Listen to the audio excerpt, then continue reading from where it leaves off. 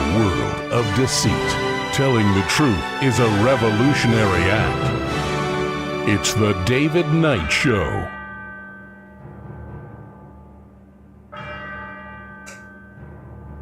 As the clock strikes 13, it's Wednesday, the 24th of June, year of our Lord 2026. Well, finally, we got a war veto. But of course, it's just a resolution. It isn't going to go to the president who would veto it, and it doesn't have the strength of law. And we got to pretend that we don't have a constitution.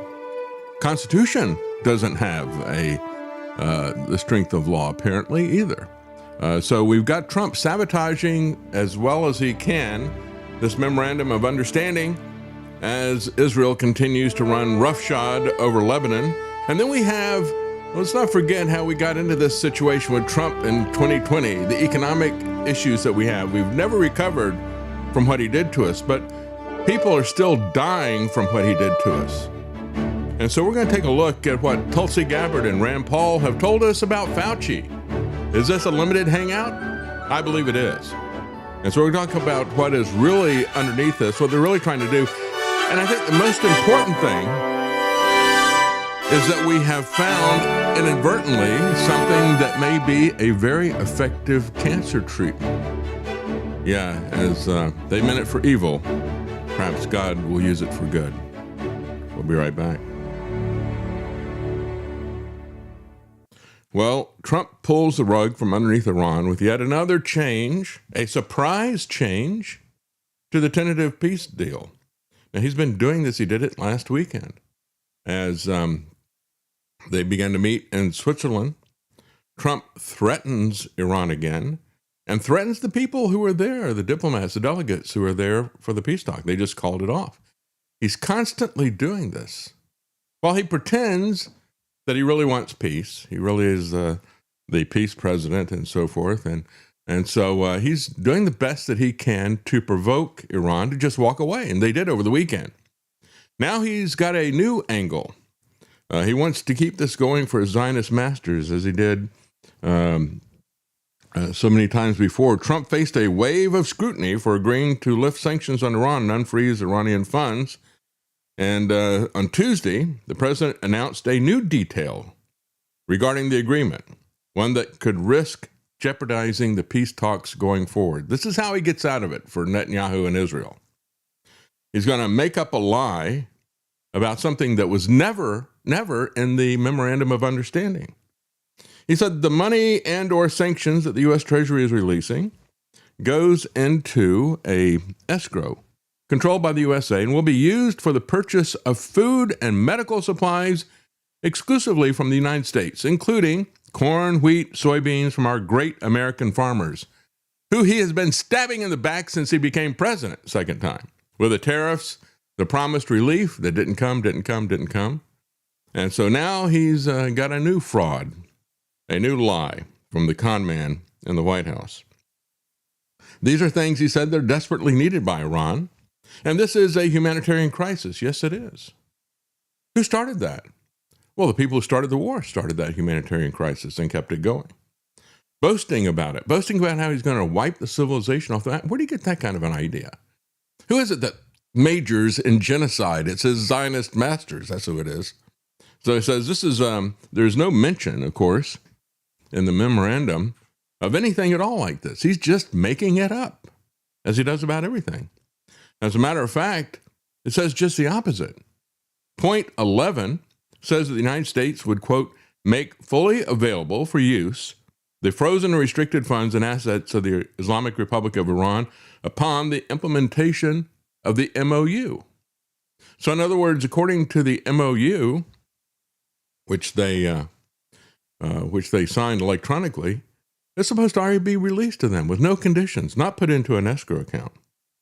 So our first Jewish president, as Mark Levin called him, is already showing himself to be an untrusty, lying backstabber, just like his Zionist masters, just like Mark Levin, as a matter of fact. So the Senate votes to halt the Iran war despite Trump's push for a peace deal. Well, that headline is not accurate. He's pushing against the peace deal. And of course, the Senate voting to halt the Iran war doesn't have any effect at all. It's merely a resolution. It's merely a head fake. Again, what the people in Washington are doing over and over again, they tell you one thing and they do something else. They pretend to be doing this and they do that. The Senate on Tuesday voted to cut off the U.S. military campaign against Iran, handing a fresh loss to Trump despite his attempts to convince lawmakers and the public that a deal to end the war is at hand. Yeah, it's not at hand. He keeps messing with it, threatening them, changing the terms, not abiding by the terms. Remember, this whole war started as they were negotiating, and they attacked them during the negotiation. Backstabbing liars who cannot be trusted, and we should not trust them either. 4 Republicans broke ranks to help pass the resolution to block further military action unless it is green light by the Congress. But this is largely symbolic. The resolution cleared on Tuesday does not go to the president to sign or to veto, and the White House quickly dismissed the legislation as ineffectual. They don't care what the Constitution says. They don't care what the law says. This doesn't have the effect of law. It's a resolution. They don't even care about it. And so it passed by 50 to 48. There were 2 Republicans who were not there to vote. Mitch McConnell, let's say McDonald's. Mitch McConnell is sick and absent, but of course, he is aligned with the military-industrial complex. He probably would have voted to keep this going. Probably would have been 50-50 if they had been there. So now both the Senate and the House have weighed in against the Middle East conflict, but they are just resolutions. They don't have any effect at all because the Constitution has no effect at all. They took 10 tries to get this through and finally got it through. Now, the 4 Republicans who flipped are Bill Cassidy of Louisiana, who Trump actively campaigned to against because Bill Cassidy had voted to impeach his sorry behind. That would be one time I agreed with Cassidy. He is horrible when it comes to poisoning people with pharmaceuticals. Susan Collins and Lisa Murkowski of Maine and Alaska, respectively, they're living in areas where they have some, it's not a really strong Republican area, so they got a lot of pushback from people there. So they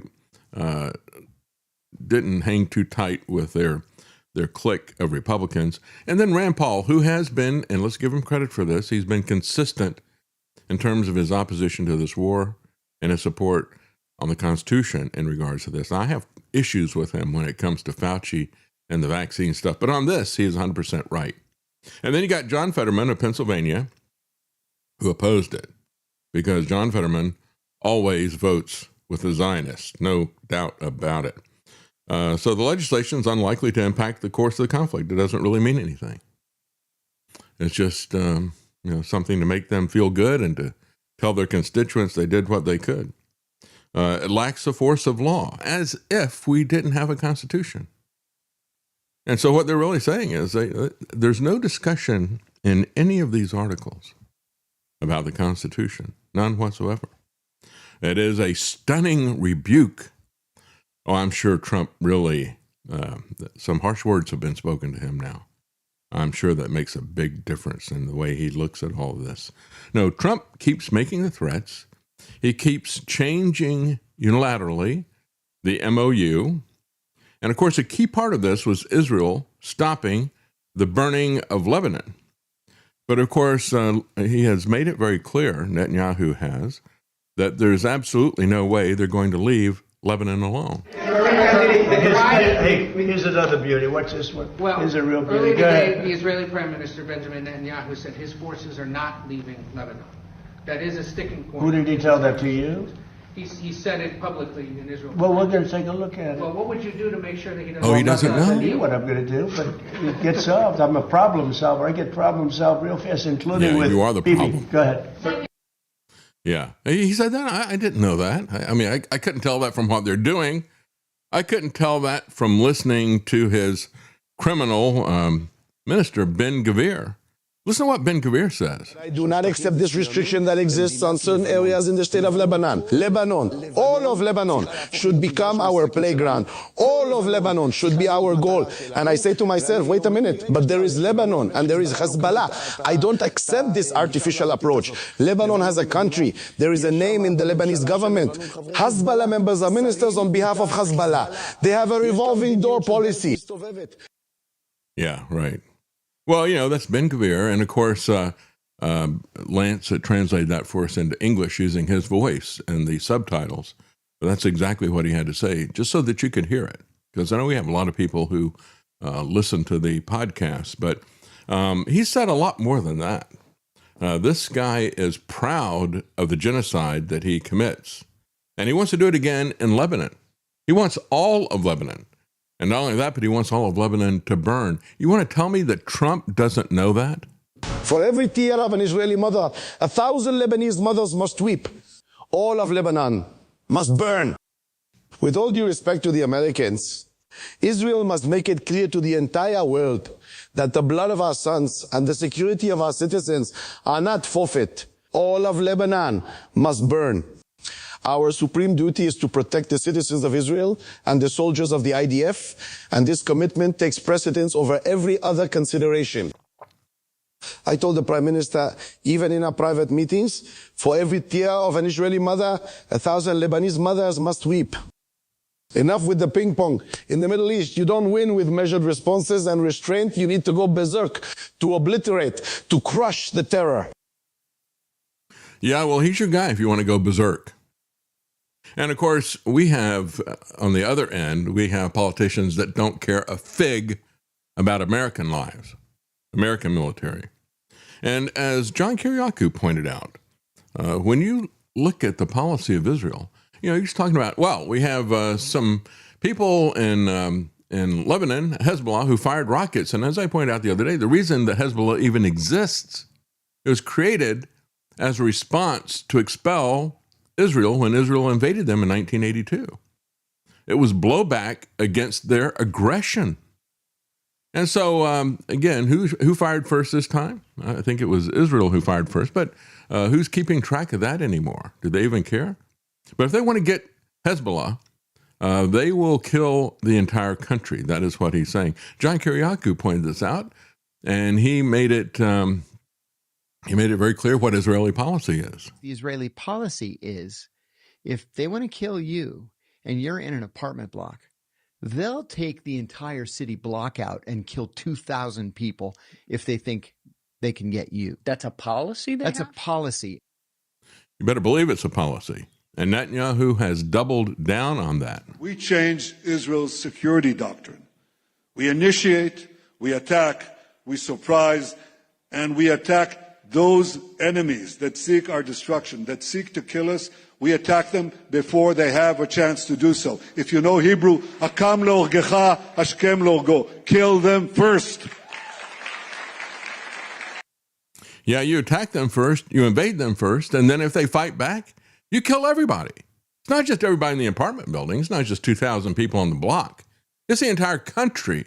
That's what Ben-Gvir wants to do. And of course, I'm sure that it's just a coincidence that they happen to be destroying the buildings and turning the area that they want to take over to rubble. That it's just a happy coincidence that they happen to be in that block, allegedly.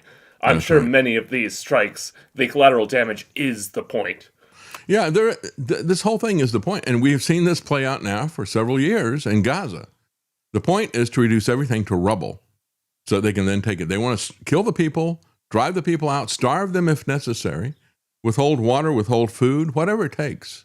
They want the land, and they will kill whoever has the land in order to steal it from them. Now, here's somebody that doesn't sound as extreme as Ben-Gvir or Satanyahu, but listen to what she actually has to say. Iran is not strong, but America's many powerful weapons count for absolutely nothing if it won't use them.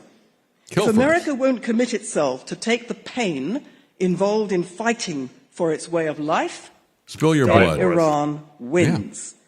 Yeah. And America won't defend itself properly because it does not understand that when it has an enemy, as in the Iranian regime, that believes God is instructing it to destroy America and the Jews, any negotiation is viewed by them as weakness and a way to manipulate America into surrender.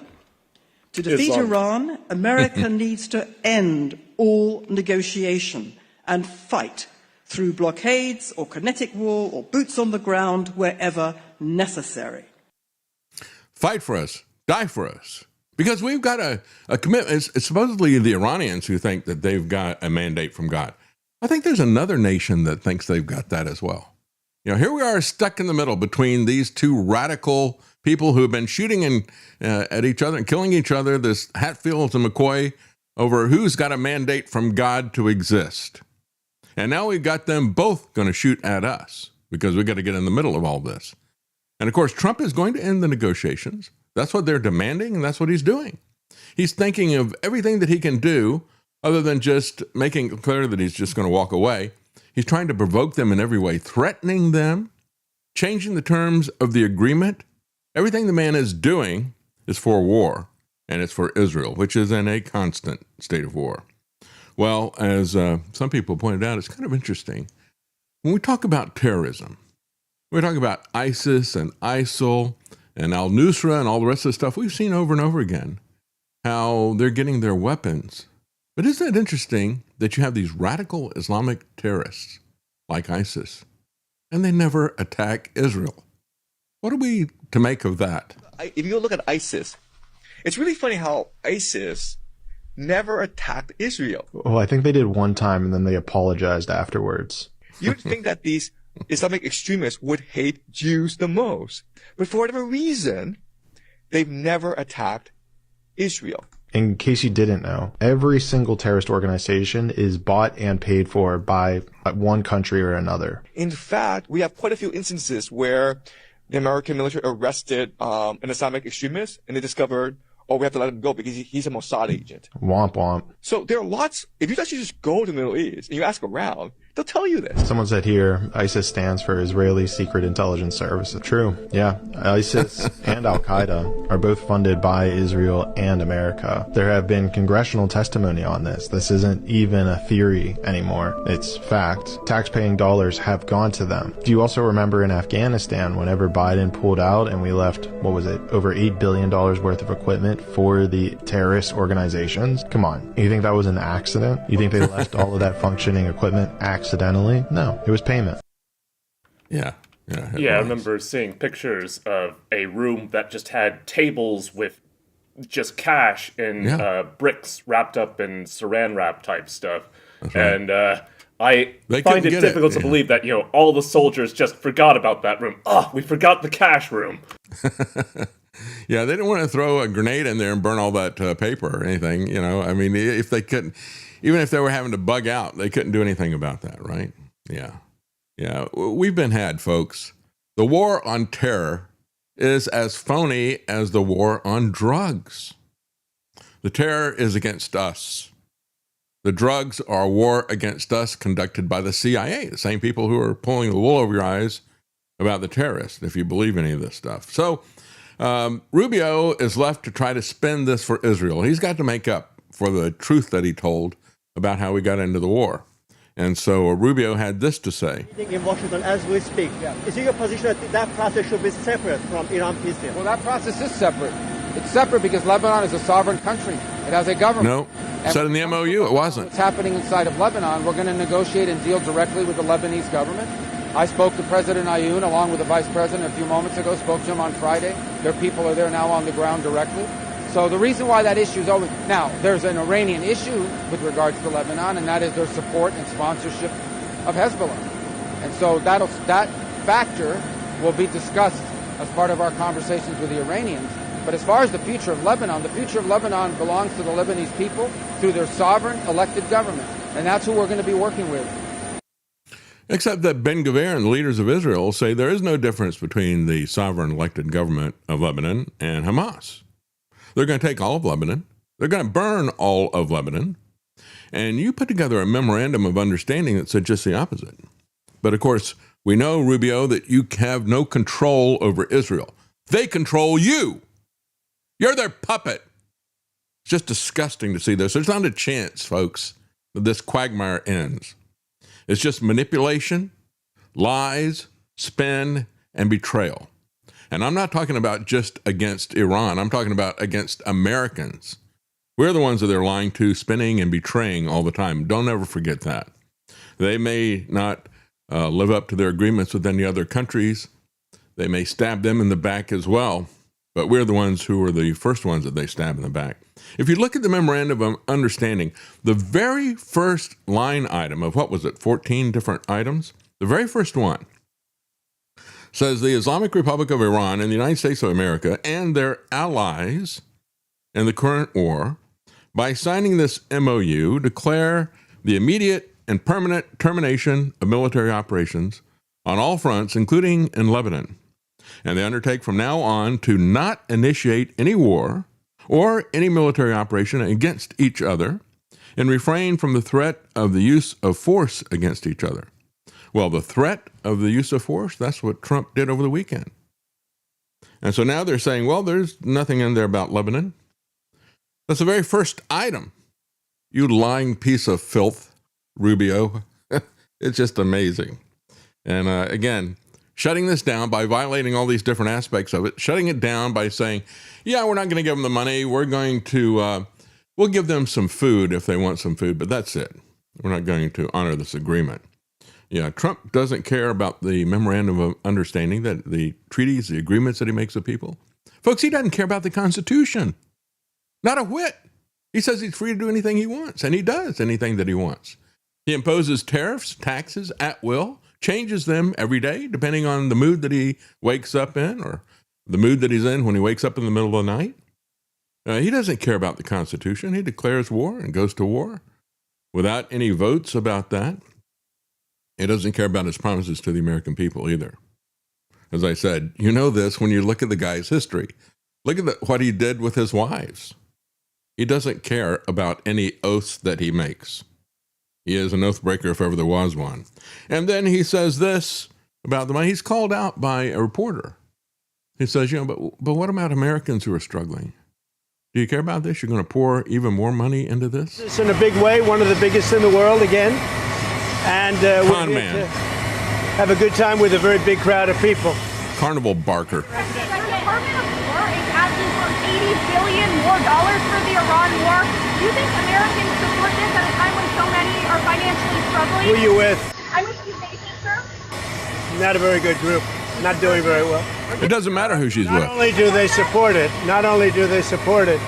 they demand it because they won't allow Iran to have a nuclear weapon. You want to see trouble? Let them have a nuclear weapon.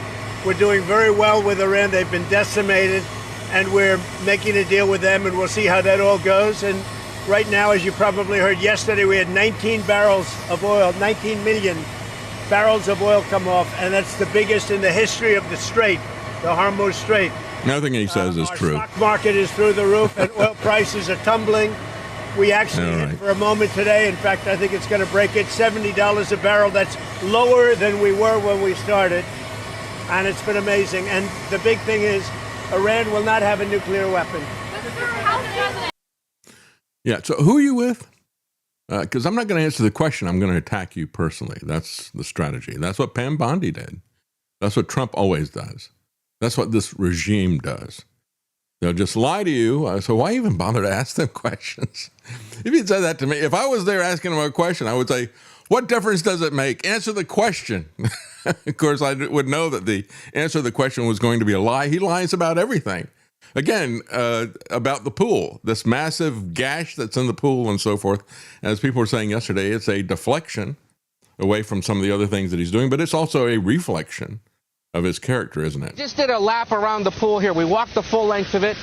It is mostly algae-free. You can see that American flag blue reflecting up. The ducks are out swimming this morning and look just fine. Oh, great. A lot more got the ducks in a row. Guard, even some U.S. Marshals out here keeping tabs on things. But one thing we still can't find is any evidence of a gash along the floor of the pool. Despite that, the Interior Department is taking steps to drain the pool again and fix it again. As chips of American flag blue lining float amid algae in the reflecting pool, President Trump is blaming vandals, but still not offering evidence, promising a decade in prison for anyone found guilty. They went in there with a knife. The president previously claimed the pool was impenetrable with a blade. If you had a knife, you can't even cut it. So strong, so powerful. But Monday, he said that's exactly what happened, claiming someone cut a long gash in the pool's lining and pulled at its edges. Who would think that somebody would go into a pool and take a knife and start cutting it? But do you have proof of that they used a knife? Do you have photos or video? Well, let's put it this way. When you have a 350, I think it's 350, not 250, a 350-foot slit from Nobody saw that? To the other, you think that's proof? But the reporters have been down there today looking for that slit that you mentioned, and there's no evidence of it. All you'd have to do is see the Parks Department. So we asked, but neither the White House, Interior Department, nor National Park Service have provided any more proof. In recent days, at least 5 people have been arrested for vandalizing the pool. Another 5 were issued citations. Atlantic Industrial Coatings was awarded a $14.7 million no-bid contract for the original lining. It says the problems represent a very small part of the massive 7-acre project, and that it plans to return to make needed repairs as part of the warranty. It's not clear how long the repairs may take. The president had hoped that the reflecting pool would be renovated and fixed in time for the 4th of July holiday celebrations. He also mentioned that photos of these alleged gashes would be shown in court. It's unclear in which court and when. The Interior Department, Matt, has our number, has our emails asking for comment and proof, and if they ever share it, we will bring it to you. It'll probably be in the FISA court, right? Secret Star Chamber process here. The guy who went by, they said, yeah, I just reached down to see what that felt like. I didn't tear anything. I didn't pull anything out. And his lawyer says it's not a crime to touch the water. But, you know, it's also not a crime to be a pedophile rapist, blackmailing people for Mossad and CIA. That's not a problem. So, again, 5 people arrested for this. 0 arrests for the Epstein crowd. That's what we're used to seeing from Trump. More lies. It is a reflection of his character as he's trying to deflect away from this shoddy job that was done by this guy who's already been convicted twice of fraud. How does he get a no-bid contract? Well, just take a look at him. He's a 2-bit hustler, just like Trump, and a donor to Trump. That's how he gets it. We're going to take a quick break, and we'll be right back, folks. Wait a minute. Where am I? Sorry, Jefferson. The scoundrels who put America on central bank fiat currency used our heads on their coins as some sort of trophy. Despicable. This is outrageous. Washington, I spent my life fighting centralized power. Now the Federal Reserve monopoly parades us around on their monopoly money. Tell me there's some good news to all this. Well, there is a coin they can't control. One that isn't backed by the Fed, but backed by the Fed Up. The all-new David Knight Show commemorative coin. Now patriots can support a show that won't sell out with a limited edition coin that's sure to sell out quickly. They say money talks, and this coin has something worth listening to. The truth doesn't need inflation, only support.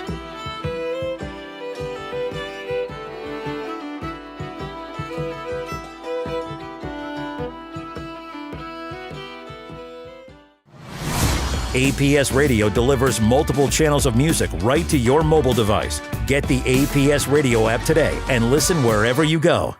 In July of 1896, exactly 130 years ago, I warned this great nation of the government's plan to crucify mankind upon a cross of gold. Of course, that was before they started to bleed us dry with the death of 1,000 fiat paper cuts. But after you bought every single commemorative David Knight Show coin in gold color, the podcast's gold reserves are depleted. They issued 100 numbered gold-colored coins and declared the mint closed. The people cried out, "Free silver!" Well, the likes of J.P. Morgan can't stop this all-new commemorative coin. Now in silver color, while supplies last. This commemorative coin does not contain precious metal, but does keep the show on the air. Equal to the gold color, this limited run is numbered 1 to 100. Get yours today at thedavidknightshow.com. Hurry, because supplies are disappearing quicker than the purchasing power of the dollar. Yeah, that's right. And we do appreciate your support. And again, just to remind you, we have this is in a silver color, just like the gold. And I kept one of the gold for myself out of the 100. And we can match up the numbers. If you've already gotten the gold number, just tell us if you want the same number, and we can try to match that up for you. Well, let's take a look at what is happening with the document drop from Tulsi Gabbard. I wanted to get to that sooner, but on her last day, she dropped some documents about what Fauci was doing with COVID-19. Does that really matter? Is that a limited hangout? Is that a deflection? A misdirection? I believe it is. And I've said that from the very beginning. As a matter of fact, I have tried to stress it over and over and over again. And so we even did a little Halloween, one of these, to stress this, because Rand Paul continues, I appreciate what he does with the war, but he continues to try to cover for the Trump administration. And in doing so, what he is doing is telling people that it was a real pandemic. And the people who want you to believe that it was a real pandemic want you to believe that they did their best and did an honest job of trying to stop this real threat. It was not a real threat. It was the jab that was the bioweapon. It wasn't a gain of function thing that escaped from the lab. And so if you buy that narrative that Rand Paul and Tulsi Gabbard are selling you, if you buy that lie, then what they're going to say is, well, they've already said it. Well, the next time we'll do it sooner and we'll do it harder. They're going to repeat this whole thing. And it gives them an alibi to escape.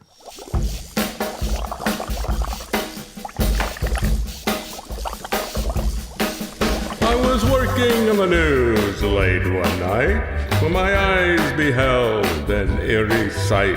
For the monsters had rehearsed, to my surprise, the tactics to inject what they'd devised. It was a jab. The monster is the jab. The monster jab. The spike's a graveyard stab. No other mask.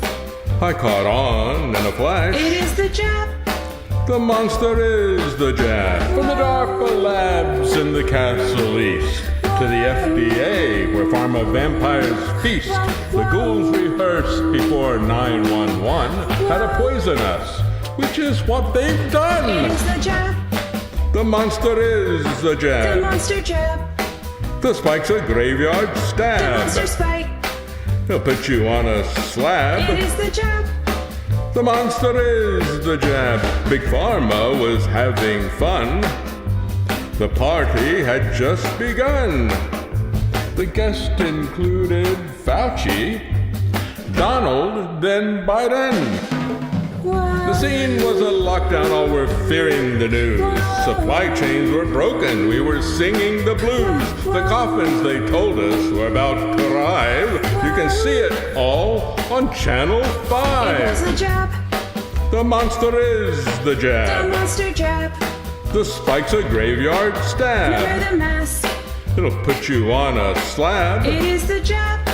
The monster is the jab. From the Oval Office, his voice did ring. Hospital cash registers went ka-ching. When people caught on to keep on the lid, they said, whatever happened to the Wuhan lab? It is the jab. The monster is the jab. The monster jab. The spike's a graveyard stab. The monster spike. He'll put you on a slab. It is the jab. The monster is the jab. Now everything's cool, lab leaks part of the plan. Their alibi echoes throughout the land. For you, the living, they will try it again when they get to your door. Tell Big Pharma, no more. It is the jab. The monster is the jab. The monster jab. The spike's a graveyard stab. The monster spike. It'll put you on a slab. It is the jab. The monster is the jab.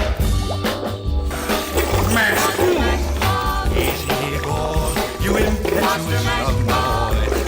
Mash good. Monster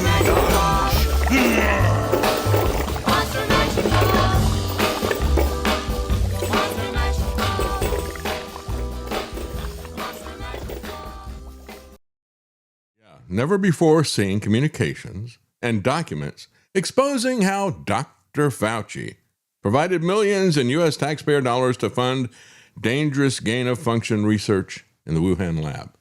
Folks, this is not news. Tulsi Gabbard is unbelievably deceptive. She's the deceiver of national intelligence. That's what DNI stands for, I think. I talked about this back in 2014. There was an excellent series by Allison Young at USA Today that exposed what was happening in these hundreds of biosafety level 3 and biosafety level 4 labs around America, usually attached to universities. They were having accidents one after the other. The first thing that kicked it off was when they had brought in a very dangerous bacteria, Burkholderia pseudomallei, if I remember correctly. And that was in 2014. They brought it into the National Primate Lab that is attached to the same university that did the Tuskegee tests, right?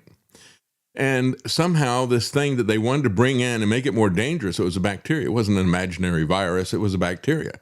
And it is dangerous for the things that they're doing. When you go and you look at what happens, one of the things they say about antibiotics is make sure you take the entire course, because if you don't, then some of these things that are just weakened by it, they may develop a resistance to it, because the ones that are genetically different, just like not everybody has the same reaction to the bioweapon jab. And so they breed, and then you wind up with a population that is resistant to this thing. Yes, Lance? Yeah, I was just going to point out essentially what you're saying, that it's always, they have many ways to make bacteria more deadly. Mm-hmm. They have lots of established gain of function stuff for bacteria. There's never been a case of documented viruses getting more deadly of gain of function. There's so many documented viruses either. That's the other thing. And I've got an interview that's coming up that we're going to play tomorrow with Christine Massey. I'm going to be interviewing her later today. And we're going to talk about that. I've had the Baileys on to talk about their book, The Last Pandemic, and so forth. But they can do a lot of serious damage with gain of function on bacteria. And so Allison Young was pointing out how they were having, in this particular case, they brought this in, they're experimenting with it at the the National Primate facility that was there. And somehow this got out of the lab. Yeah, it did leak out of the lab. And it got into got outside, because they had, most of the primates were outside roaming around, and they started getting sick on the outside. That's how they realized that it had gotten out. And it had a pretty high case fatality rate. It was like 45%. And it was only known in one island that I remember of. And so, of course, our government goes and gets it from there in order to weaponize it and to make it more dangerous and more easily spread. And it got out of the lab. It got some of the primates sick. And said, oh, what happened with this? The CDC goes there to investigate. And a couple of the people who went to investigate came down with it. And they said, oh, well, they had been exposed at some point in the past. Yeah, right. They lie about everything. So anyway, Allison Young starts looking into this, and she found they had a long, long history of diseased animals escaping into the wild, of people who are working in the labs being exposed because of faulty equipment or careless protocols and that type of thing. And because of that, Congress said during the Obama administration, 2014, they said, all right, stop it. And yet Fauci and Francis Collins did not stop it. They continued to fund research in Wuhan. They continued to fund research at the University of North Carolina.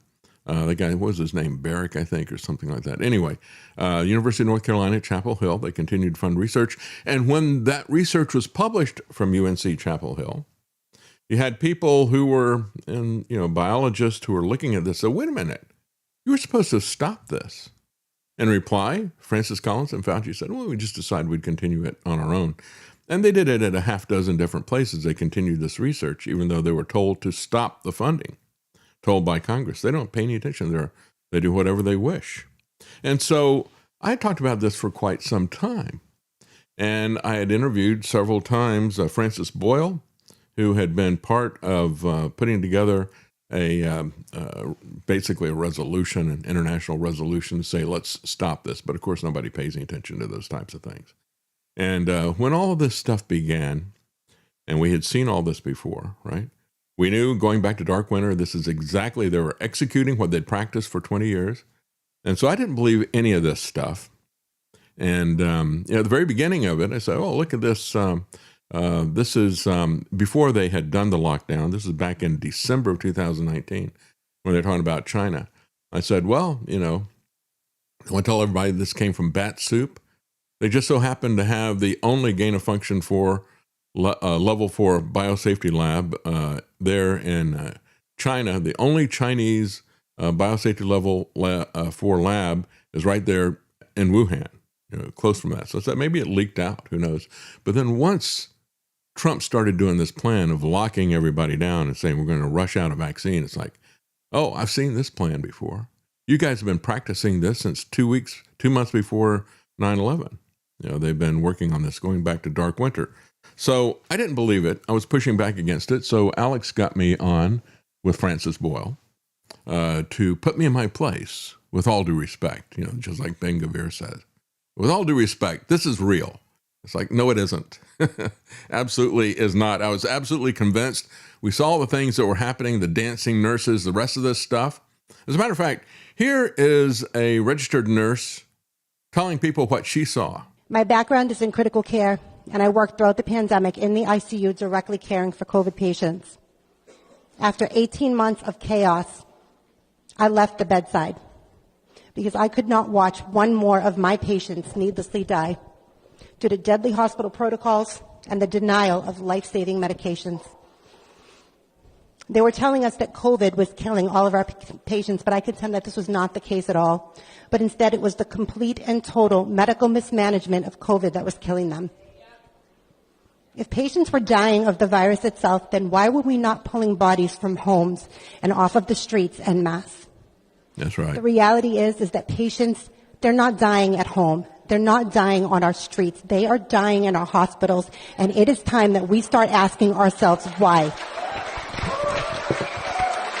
You can start with Trump and the people who covered for him, like Alex Jones. I walked away. But if there's one thing that still haunts me from my time working at the bedside, it is the faces. The faces of the patients that I knew didn't need to die. I can't get them out of my head. I had never been really comfortable with death. But you quickly begin to understand that death is a part of life. It comes for all of us eventually. And one of the first things I learned in nursing, especially working in the ICU, is that there are fates far worse than death. I considered it an honor to be able to provide compassion in a patient's last moments, to care for them. But this was different. These patients, they didn't die from a disease. They didn't die from a virus. These patients died in a hospital holocaust, and this shamelessly corrupt system used its well-intentioned nurses to carry out their sinister plan. The ventilators, they're the new gas chambers. That's right. I walked away, but not before I witnessed numerous alarming signs that these novel vaccines were causing great harm to my patients. That's right. That's exactly what was happening. And we knew that. And yet, Alex was still pushing the fact that it was real. And he was pushing the vaccine as well to people. And he did that with Francis Boyle. And so this whole thing that is happening now with Rand Paul and with Tulsi Gabbard folks is yet another head fake. It's yet another deception. It's yet another deflection. They're not going to come after Fauci. He was pardoned. Trump gave him a medal, gave him a commendation on his last day in office. That's the last thing that Trump did, is clean up and to give these guys immunity. And to give them awards, I should say. And the last thing that Biden does is to give them immunity. Nothing is going to happen to them. This is just an effort by Rand Paul. And let me tell you, I don't trust Rand Paul on this COVID stuff at all. Go back and take a look at remdesivir. This is something that for Gilead Pharmaceutical, which was something that Fauci had a lot of ties to.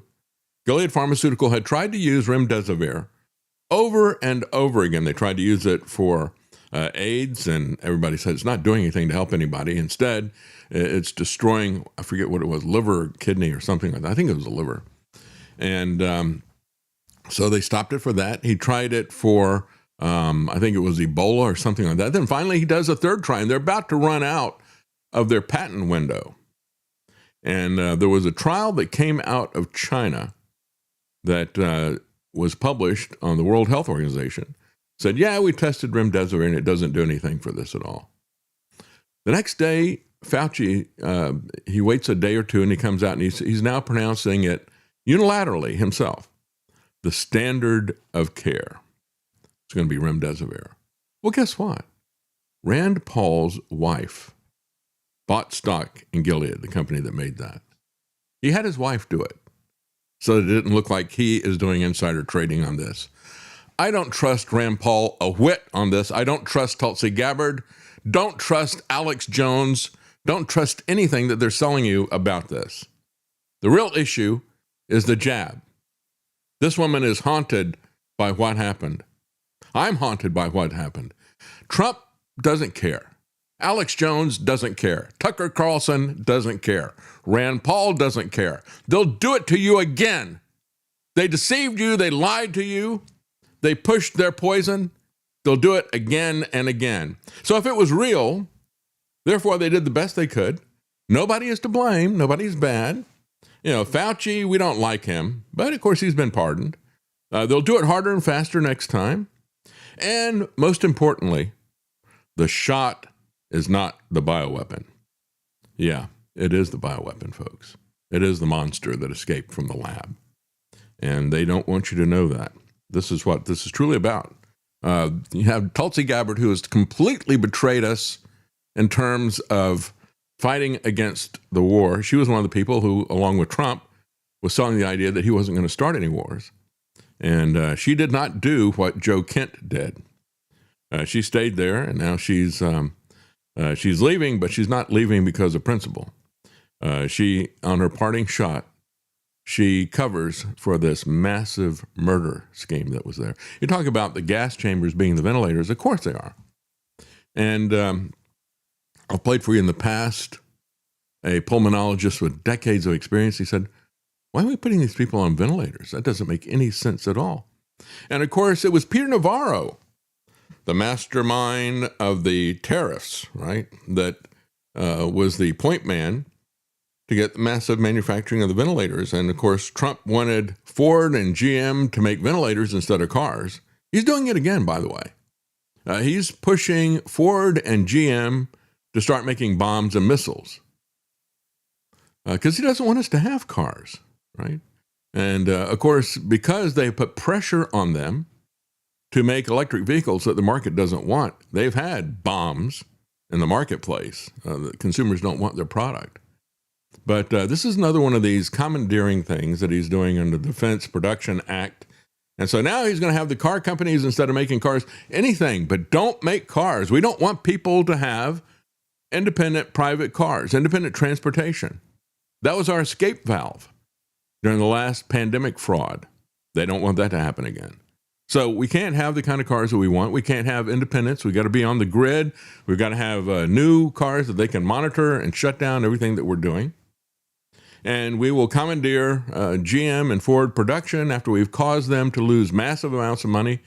We'll now come in and bribe them to make bombs and missiles. Well, at least people understand that the purpose of the bombs and missiles is to kill people. They didn't understand that about the ventilators. So recall that while the government was locking us down, Fauci and those in his orbit were actively fabricating a wet market narrative. Yeah, that was a lie. And of course, all of this is a lie.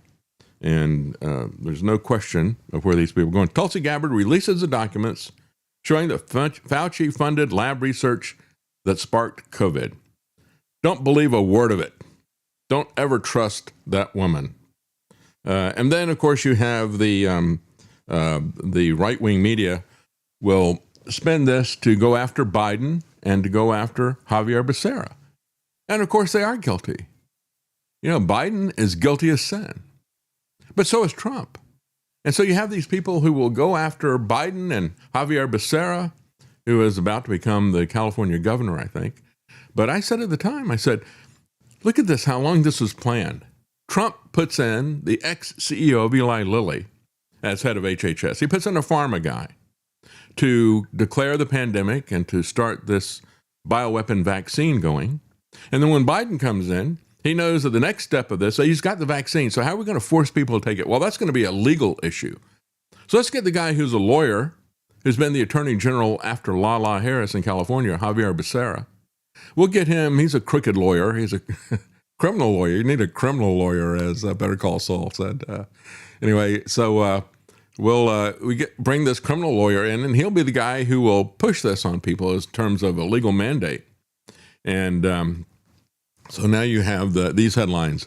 The COVID cover-up ran through Javier Becerra's office. Of course it did. And it's running through your little rag when you put this stuff out there. This is truth-based media. Hey, truth-based media, tell people the truth for once here. Yeah, let's blame Fauci. Let's blame Biden. Let's blame Becerra. Let's not blame Trump or Redfield or Dr. Scarf or Alex Jones or Tucker Carlson, who knew and didn't tell you. Yeah, let's not blame any of them. Let's just play this partisan blame game. It's all the Democrats. You know, you can trust Trump. Yeah, the tag team of Trump and Biden. It's exactly what it is. First you had Alex Azar, the Eli Lilly CEO. Then they bring in Becerra, a lawyer. And that's what I said. They're going to bring him in to push the mandates to take care of the legal cover-ups. And they did that. So we've had 7 deaths of children, possibly or probably from COVID-19 jabs, says the FDA. Now, isn't that enough to stop it? You know, we have had a situation in the past where they put out, I think it was a flu shot or something, and they had 7 deaths, and you had about a dozen states immediately ban it. But of course, you can kill children, and it doesn't really matter anymore. But the reality is that there's millions who have been hurt by this and are still dying from it. What about the sudden death? What about the fact that we now have to have kids, after these shots, you had to have an electrocardiogram in order to participate in sports because so many children were dropping dead from just running and playing? Is that not an atrocity? How do these people sleep at night? And then, of course, you got RFK Jr., who's now playing games with kids' lives. There were actually 10 kids, even from their own data, and then they dropped 3 of them. But still, 7, isn't that enough? Do we have to play a numbers game? Does it have to be 100? Does it have to be 1,000? How about 1,000,000? What is the number at which we stop letting these people profit from murder? That's what they are. The deaths of 2 boys aged 13 and 7 from heart inflammation, myocarditis, the household word that we all learned about. Well, you got RFK Jr., who was there, who founded Children's Health Defense. What a joke. He's not defending children's health. Now, CHD has not turned. They haven't been bought off like RFK Jr. has. They are actually calling him out, even suing his organization. And don't forget that on June 30th, and we're getting close to the end of the month here, there's a new film out, Duty to Disobey. It's going to be in theaters. You might want to check that out. I did an interview with one of the people who was involved in that. That was about the military mandates. And as we look at this, and coming from the military, as Matt Trujillo was saying, he said, look at this. This whole thing is being run by the military. That's right, Operation Warp Speed. And we're going to be delivering it to everybody. And, of course, it was DARPA that helped to start that. But they were coming after people in the military who wanted to follow the law, who wanted to follow their conscience and the Constitution. They had a duty to disobey. And if they did their duty to disobey, they were purged out of this because they want to make sure that they've only got, we saw the same thing happening with law enforcement. If you had somebody who said, I'm not going to arrest people for not wearing a mask, I'm not going to give them a ticket or whatever the penalty had been imagined in that jurisdiction, they fired those officers. And so they want to have people in the military that are going to go along with what they're doing. And again, when I was talking to him in Duty to Disobey, I pointed out, if you didn't see the interview, go back and check it. And you might want to check out the movie as well. I talked to him about Mark Kelly. I said, yeah, Mark Kelly did that video saying you have a duty to disobey unlawful orders. He said, what a joke. He said, I called him because he was in Arizona. He said, I called his office and they told me just get the jab. They didn't care about that. And of course, Mark Kelly talks about the fact that the Trump administration's, you have a duty to disobey illegal orders. And people said, well, what illegal orders are you talking about? Oh, I can't think of any. Yeah, machine gunning people that you've just attacked who were not attacking you, non-combatants in an undeclared war, and then you come back and you machine gun the people in the water? Don't tell me they won't kill us with vaccines. This is the character of people like Pete Hegseth, Donald Trump, and that whole regime that is up there. They don't care about morality, ethics, or anyone's lives. Not at all. And so he says, so from the first time you put on a uniform, you're taught that you have a duty to disobey unlawful orders. And that was coming from Davis Shantz, who I have interviewed multiple times.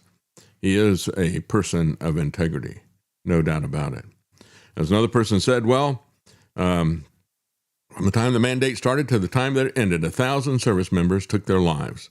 Suicide was running rampant. Yeah, they got more than one way to kill you, don't they? Truly is amazing. Well, again, that's June 30th is when that is coming up. Duty to disobey. Meanwhile, they have flipped the script upside down. We all know that this bioweapon jab is causing people to have myocarditis, pericarditis, blood clots, you name it, right? All these different things that are happening with it. Turbo cancer. Now they're coming out with a VA study saying the COVID vaccine is only 6% effective against major adverse cardiac events in veterans.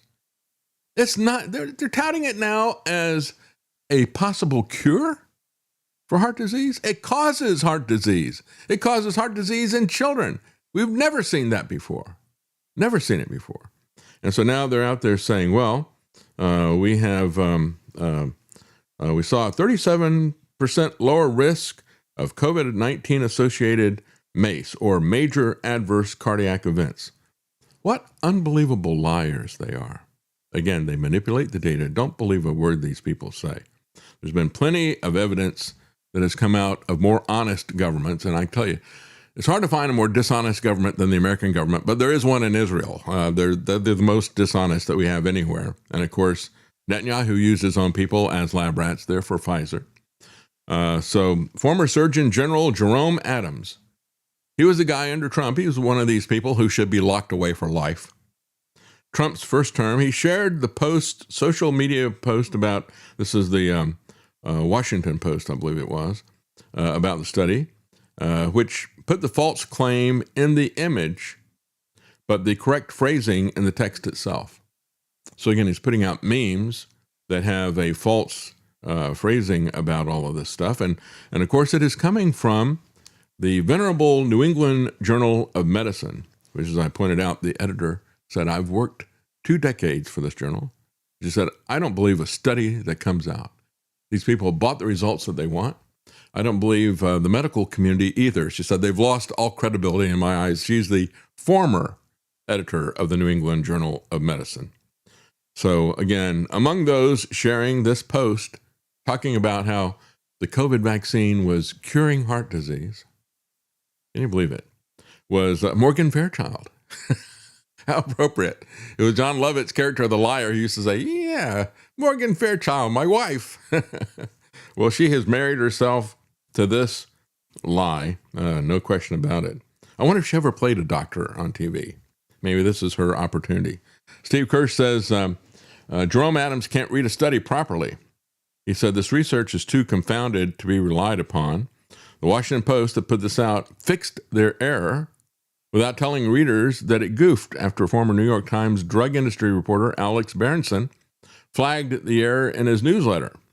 He said, 5 years after the first catastrophic failure of the mRNA jabs, legacy media outlets are still using falsehoods to push the shots on a population that neither wants them nor needs them. That's exactly right. Unfortunately, it's not just limited to the legacy media. You have a lot of these people who are pushing this stuff have now reinvented themselves as opponents to it. So as all this is happening, Hegseth finally did something right. Got to give him credit for it. You know, a broken clock can be right twice a day if it's analog, right? Well, you know, Hegseth can be right once in 2 years. One of the things that he did was to stop the flu vaccine mandates. And so now the New York Times is pushing their advertisers' product out there, saying the defense secretary described the vaccine requirement, which he lifted in April, as an absurd, overreaching mandate. Because it is. But now they say scores are falling ill at an Air Force base after Hegseth made the flu vaccine optional. Well, people should go back and remind the New York Times to go back and look at that report about swine flu that was done by 60 Minutes when they did real reporting with Mike Wallace. And the fact that they tried to scare people about the swine flu. What did they do? They went to a fake narrative about how a soldier had died from this new strain of flu. And the person that Mike Wallace was talking to, who had lifetime Guillain-Barré syndrome, said, yeah, when I saw that these healthy soldiers were getting this flu and couldn't cope with it, I thought, well, I've got to get the vaccine, even though it's experimental. I can't take the chance with that. And they pulled that back. And that is exactly what they're doing again. They just keep running the same playbook over and over again because it works. They get away with it. A major flu outbreak has sickened nearly 160 troops. Go back and take a look at the last pandemic by the Baileys. And take a look at what they have to say about the cold house in the UK. They ran that thing for 45 years to see if they could figure out how colds were transferred from one person to the other, how they were contagious. And they did everything. They had people who were volunteers who were not sick and people who were volunteers who were sick, and they got a paid holiday while they were there. But they had things like they'd sneeze right in their faces, or they would transfer mucus from the sick person to the other person. Basically, cold mucus in their mouth. I mean, it's disgusting. But what's even more disgusting are the lies that they use about the flu shots and about the rest of these things. Yeah, don't forget how they use the military to push this whole narrative about swine flu. A trainee in his 6th week of basic training died, says the New York Times. It was not immediately clear whether the death of the trainee was related to the flu outbreak. Oh, but they will pretend that it is by their headline, right? So the headline says this, and then you look at the text and says, well, we don't really know that's what happened. That's what they do. They imply it. They said only about 40% of the Air Force trainees have opted to take the vaccine. They're all going to die, and of course, we're all going to die. Meanwhile, we have a terrifying explosion of stomach cancer sweeping the U.S. and hitting people who are very fit. And this particular example here is a fitness influencer who died from stomach cancer at the age of 36. They point out that this used to be one of the most common cancers, but it had really declined until very recently. I wonder what it was that happened that could cause people to have turbo cancer. What do you think that could be?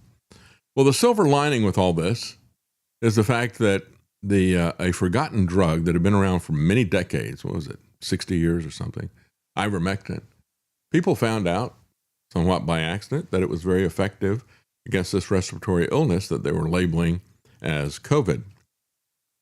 And the government did everything it could to suppress it. And it was kind of the Streisand effect.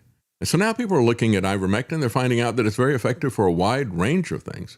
We had a friend of ours who had a particular patch of skin that suffered from psoriasis, I think it was. And she tried everything to get rid of that. And somebody said something about ivermectin, so she put a thin layer of it on it once, and it disappeared. And she'd been suffering with this for years and years and tried all different types of things. So people are starting to use ivermectin for different things. And this is a study that just came out. The largest observational human ivermectin cancer study ever conducted has now been peer-reviewed and published. And the results show 84.4% of patients experienced either complete remission, tumor shrinkage, or halted tumor growth. How about that? Isn't that interesting? You know, they use this jab to start spreading turbo cancer. They do their best to shut this thing down. Ivermectin, when it turns out to be a very effective treatment. And so people start taking a look at it. And it turns out that it is a very effective treatment for cancer that they're causing with this jab. So the FDA altered the autopsy results of these children who died after the COVID jabs, the ones I told you about. They identified 10 kids Then they reduce it down to 7. And then they say, well, we don't really care about 7 kids being killed, so we're not going to do anything at all about it. As a matter of fact, we have seen this over and over again. It's the FDA not only covering their tracks, but it's also, we've seen this with the Trump cheerleaders who are pushing this. And just to remind you that it's not just the kids who are dying from the COVID shots and the side effects of the turbo cancer or the myocarditis and the sudden heart death, but there are kids who are dying from the standard vaccines that are out there. Because we're up to, it's way beyond the 72 or whatever. It's now up to, I think the number is over 100 that you wind up getting by the time of 18 if you follow the recommendations. And if you do what the pediatricians who are linked into this financial system are basically bribed and bullied into telling you to do, if you follow their advice, you're going to get over 100 jabs. And they keep doing it over and over again. Every time you go in for a visit, they'll give you a cluster of vaccines. All of them have these adjuvants in them. And so here's one tragic tale. 34 hours after he was vaccinated, he passed away in his bassinet. And what is adjuvant? It makes your body have an autoimmune response. The squalene or the mercury or the aluminum. The aluminum level in his blood was 95 micrograms per liter. Anything over 50 micrograms per liter in an adult is toxic. His was 95, and he was 8 weeks old. When he was born, he was beautiful. He was perfect. He was 7 pounds, 7 ounces. On October 27th, we brought him into the pediatrician's office for his 2-month vaccinations, and he still had cold symptoms. And I had asked the pediatrician if he was sure that he needed the vaccines because he had a cold and was diagnosed with a virus a week prior. And the pediatrician told us yes, because he didn't have a fever. Can we take a little bit of a attenuated, microwaved or radiated COVID deal? Absolutely. So we trusted the doctor to vaccinate Sawyer John, and he didn't flinch when he got the vaccines. We brought him home maybe within a half an hour after the appointment, and he let out a horrible scream that we had never heard before. We thought that he was just wet, needed to be changed, and that wasn't the case. He went to sleep fine that night, and the next day he was a little bit fussy. I held him for a while that day, and I'm so glad I did, because 34 hours after he was vaccinated, he passed away in his bassinet. I found him unresponsive and cold. Babies, when they're this young, that blood-brain barrier has not closed off. And I think that's how they found all the aluminum. It got into his brain, ceased his respirations, and caused cardiac arrest. So there was nothing we could do to bring back. Yeah, and that's just from the standard vaccines.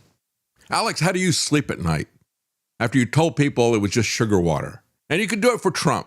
You were doing it for Trump. You were telling people to inject poison for Trump. Just unbelievable. But yeah, it's the standard vaccines that are killing people as well. And RFK Jr. is not going to do anything about that. But when we look at this bioweapon, the mRNA injections, which Trump began his administration the second time by saying, we're going to have artificial intelligence, custom design an mRNA for each of you, right? Yeah, make sure that it works effectively for all of us, right?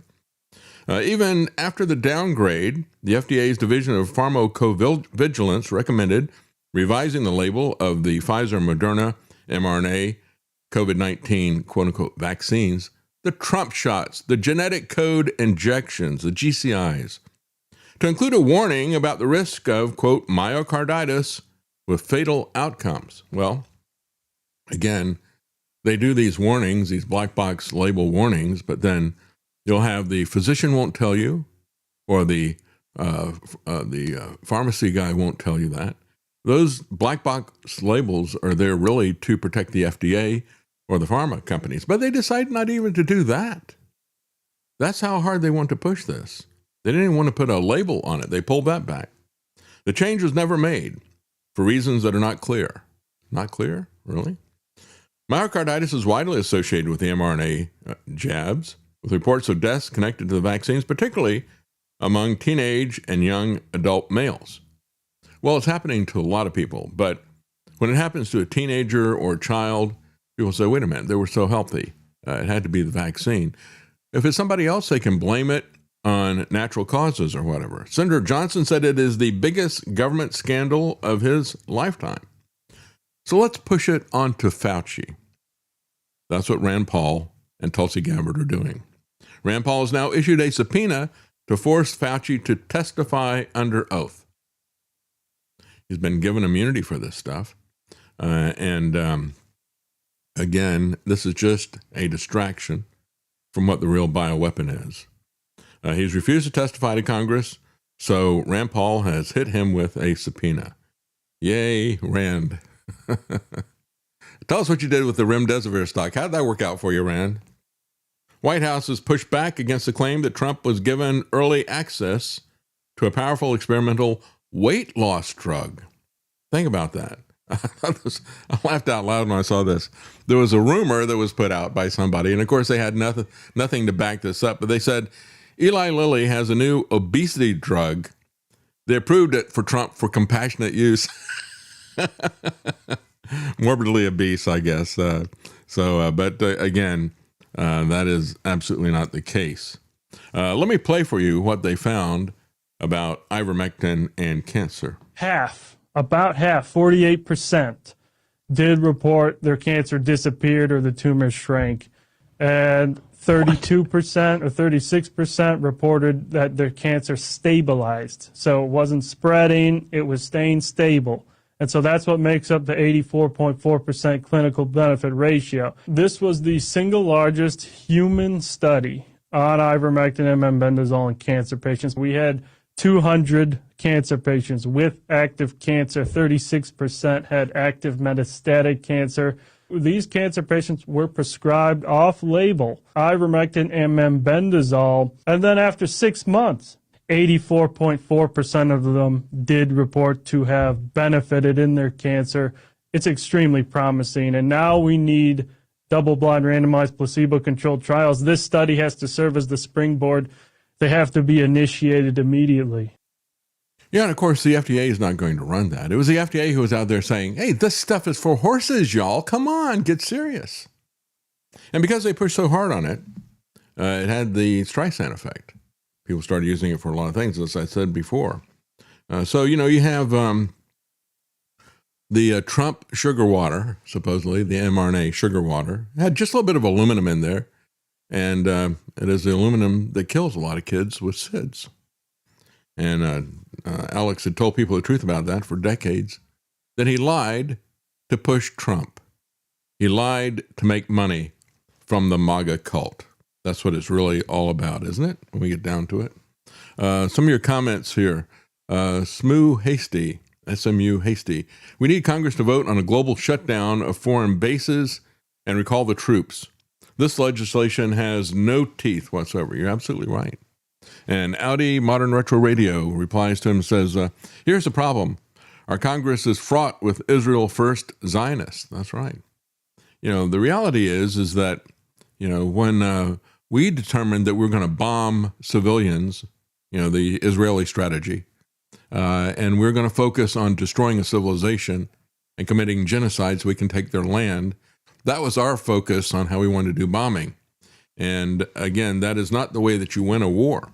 The way that you win a war, or the way that you are able to survive these attacks, is to do what Iran did. They focused their missiles and drones on taking out the radar that was the eyes of the missile defense system, and the defense system for the bases, the defense system for Israel itself.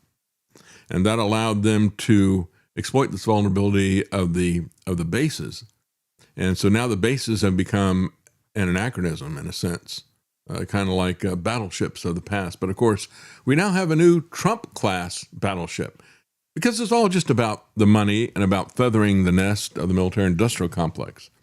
Audi Modern Retro Radio also says sometime in 2027, Israel's IDF and the U.S. Army will be united, which means that Israel will turn weapons on U.S. civilians for wrong think. Oh, they are using every weapon they've got right now. And of course, censoring people, that is the key thing. And you see that in the tactics and the attitudes and strategies of what people in the Trump regime do. You know, what news outlet are you from? Oh, that's garbage. You people are fake news, blah, blah, blah. It doesn't answer the question. Then when he finally does give a half answer, it's a total lie. The Front Porch Media, the U.S. has a chance to do our world a favor and abandon them. Yes. Audi Modern Retro Radio again, he says, U.S. still has a drug war, yet Marco Rubio, whose family was a major cocaine trafficker, is in high office. Well, that's right, because it's the CIA people. It's the CIA people that were doing the drug trafficking. So, of course, and, you know, if you're a Cuban politician, it's a good chance that your parents were brought over because they're part of the CIA fake war against Castro. It's another example where they're giving weapons to both sides, you know, both to the Batista government and to the Fidel Castro rebels. Front Porch Media replies and says, yeah, Rubio as a neo-narc and the World Economic Forum takeover of Latin America is his baby. Yeah. Gard Goldsmith, good to see you, Gard. Liberty Conspiracy. Gabbard, he says, took a lot of time on that, didn't she? She could have released all that information on day one. Trying to get back some of her credibility, which has been seriously harmed. We're going to talk a little bit more about that when we come back. This Hindu cult that she's been a part of, growing up in and taking direction from this cult leader. We're going to talk about that when we come back. Audi says eugenics and global depopulation is the root of all this. It absolutely is. Mark Young says Lyme disease is a GMO bacteria from Plum Island carried by ticks. They're not even trying to push back against that anymore. They're moving on to the alpha-gal ticks to give people a disease where an allergy to meat, where we can't eat meat, even if we want to. Bin Laden Bernanke says no one was held responsible for these crimes during COVID in 2020. The hospitals, pharma, CDC, NIH, nobody. It was like deaths in a war. The patients were the enemy, and we still are the enemy to this day. You're absolutely right. And of course, all this stuff about Fauci, again, is to give them an alibi, a distraction, to lay the foundation for the time for when they do this all again to us. Epstein Island says some states are seeking to ban cars from before a certain year. Illinois is leading the charge. Well, you know, Trump will make it so that we can't afford them. They're not taking away any regulations that are there to make cars more affordable. Instead, what he's going to do is he's going to incentivize Ford and GM to make weapons. That's what we need. We don't need cars. We don't need anything other than war machines. That's what we need. I should tell you everything about that guy. Bin Laden Bernanke says, America for me decades has always been one emergency powers declaration away from becoming a Marxist state, as we were during COVID. Yeah, medical martial law was what it was. The Real Octo Spook says nothing has changed. This deadly medical system is all still in place. Yeah. Radis Bro says, I was in when we had the forced H1N1 vaccines, I guess in the military. Soylent Goy says, whatever happened to the hippie left that suspected the government of foul play all the time? Yeah. Question authority, those people, right? They don't question authority anymore. They all grew up and got involved in these institutions that are so corrupt. How did they end up on Big Pharma's side? Yeah, it's called money, right? Same way they end up on the Zionist side. They get paid. Nadlander says, Moderna told us from the beginning that it was DNA modification. Why would you do that to your kids? It's absolutely right. And MRCC01, thank you very much for the contribution on Kick. Gifted 5 subs there. Thank you so much for that. And yeah, when we look at this, it's pretty clear. You know, they kept saying, "Oh, it's not going to modify you," and I said, "No, that is what the purpose of the RNA is for." They said, "Well, it doesn't modify DNA." I said, look at what they say. They say that they're turning your body into a vaccine manufacturing plant. That's exactly what they said in that little arranged press conference that Trump did for everybody, a little dog and pony show. How long is it going to take you? Well, that's too long. How about you? Well, that's faster, but that's not fast enough. How about you? Finally, he gets to the last guy. He set them up in descending order. It was all prearranged, obviously, right? And the last one, the Moderna guy says, well, we can do it right now because we're going to use your body to manufacture the vaccine. And so, yeah, it's like we look at this and so what are they going to do to your body? And I said that. I said, so where is the off switch? Turns out there's not an off switch. You got some people who have been tested, and after 1,500 days, their body was still manufacturing this destructive spike protein. And so it is, if you're going to use mRNA to copy DNA, then guess what? You can also use it to modify the DNA. And at the time that happened, there was, at all the time this was going, I reported in the summer of 2020, there was a university, Thomas Jefferson University, put out a study saying, we used mRNA to change DNA. Well, of course you could do that. If you're going to copy it, you can change it as part of the copy. You can change it because of an error or whatever. DG8, thank you. He says, David, when the Republicans defend AIPAC, why don't they get any pushback or call out from the 95+% of Democrats that are all on the AIPAC payroll? It is the uniparty. That's what we see from this over and over again. You're absolutely right. We're going to take a quick break, folks, and we will be right back.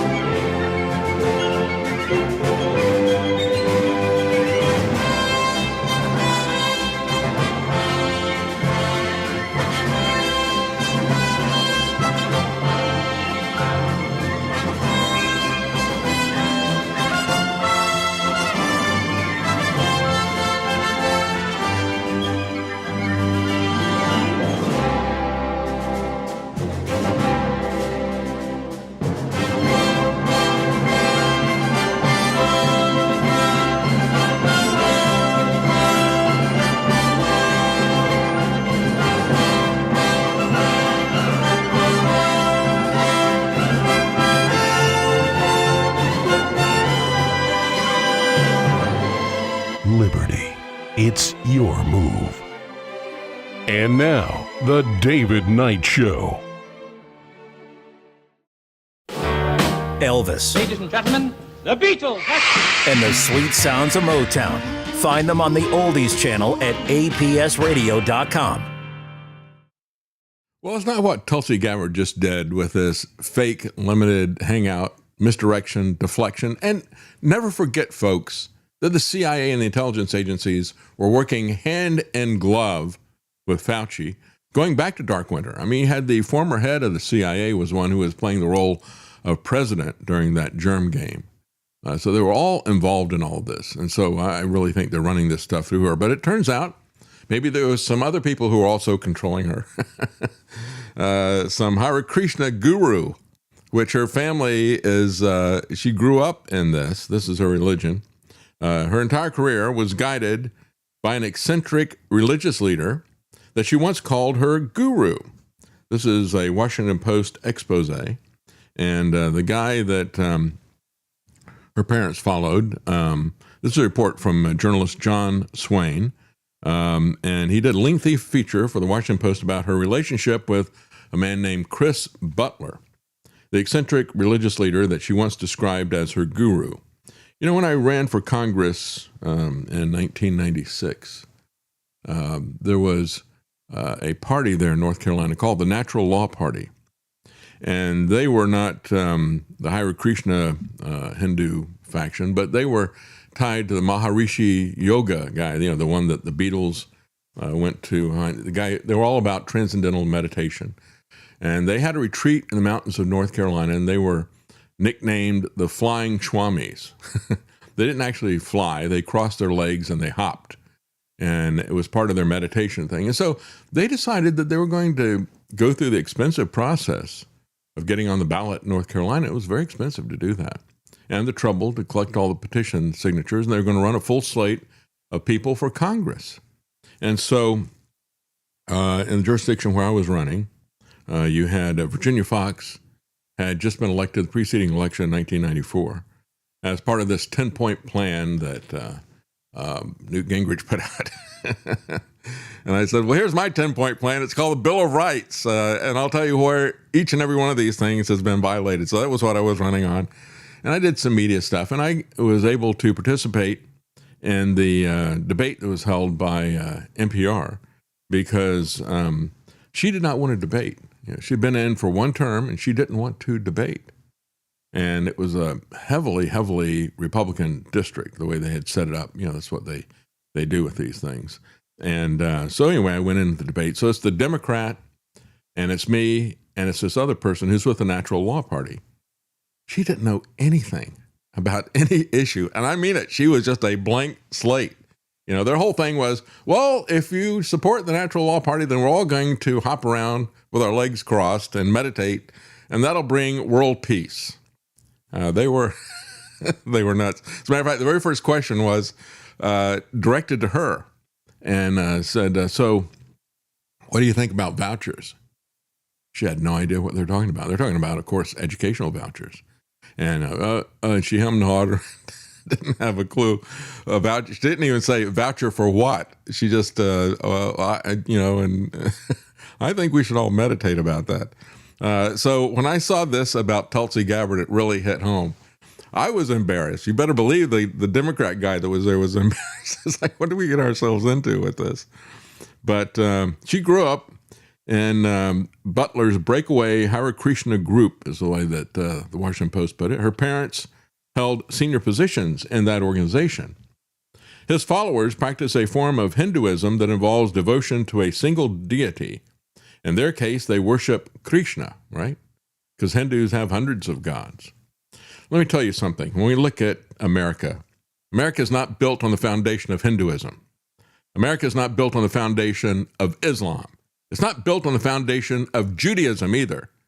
Because the Judaism that is there today, this rabbinic Judaism, repudiates the Tanakh, as they call it, which is Torah and various writings as well as the prophets that are there, right? It's what we call the Old Testament.